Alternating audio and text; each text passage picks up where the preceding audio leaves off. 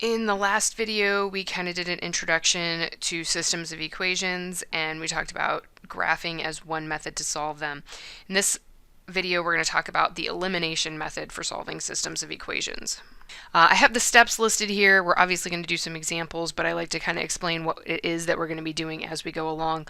The first thing you want to do with the elimination method is to multiply one or both sides of the equation so that the numerical coefficients of just one variable are equal absolute value and opposite sign. So just like before, when we add something to both sides of an equation, what we're trying to do is make them match so that we can eliminate a variable.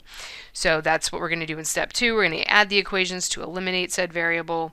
Then we're going to solve the remaining equation, which only has one variable.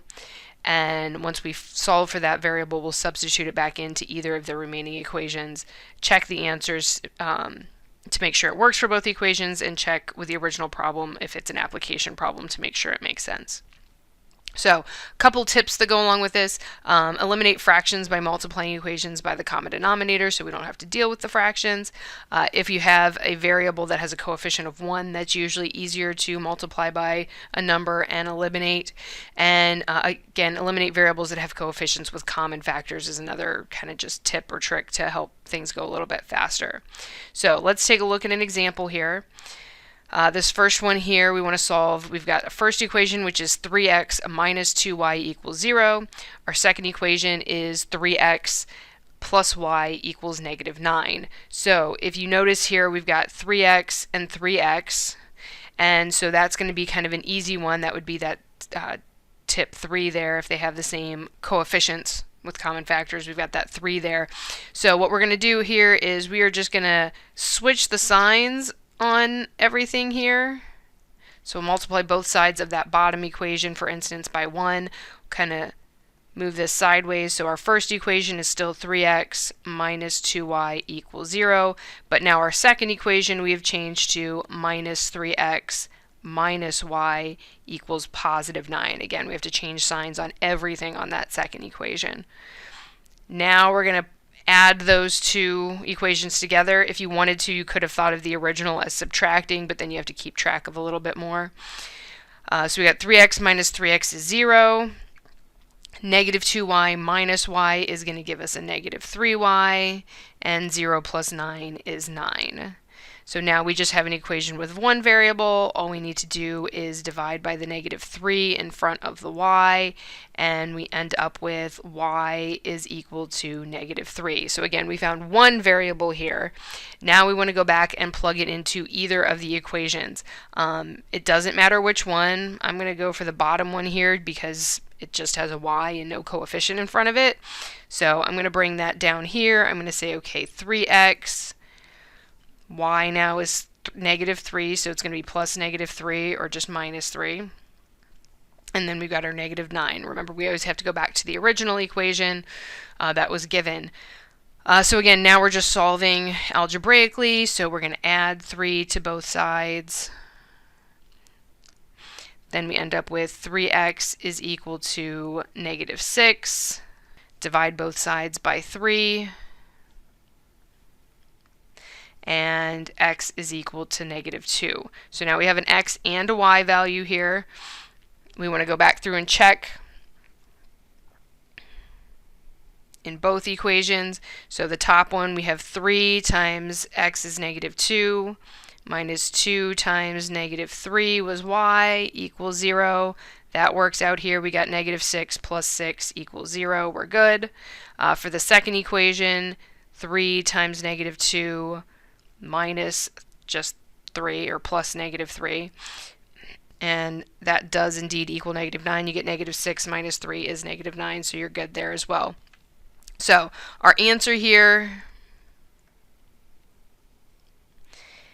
is negative 2, negative 3. So that would be our answer.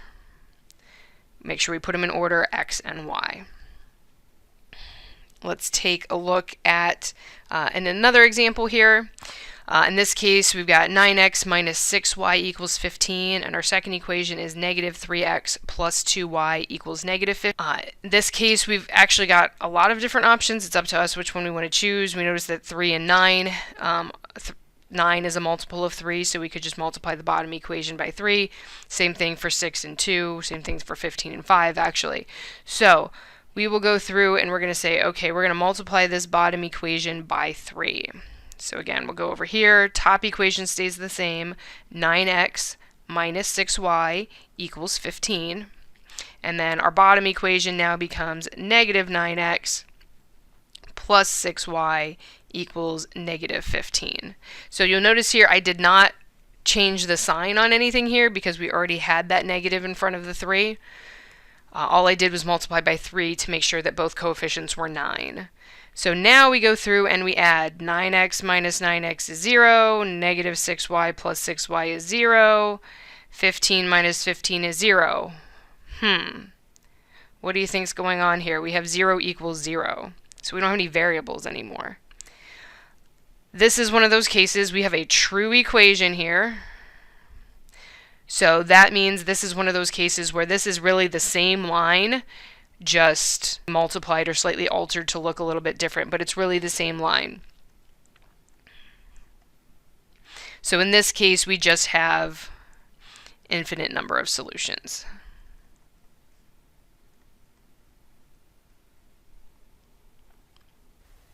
So anytime that we have an infinite number solution, we have that same line, we want to take it and find the set of solutions. So we're going to take one of these equations.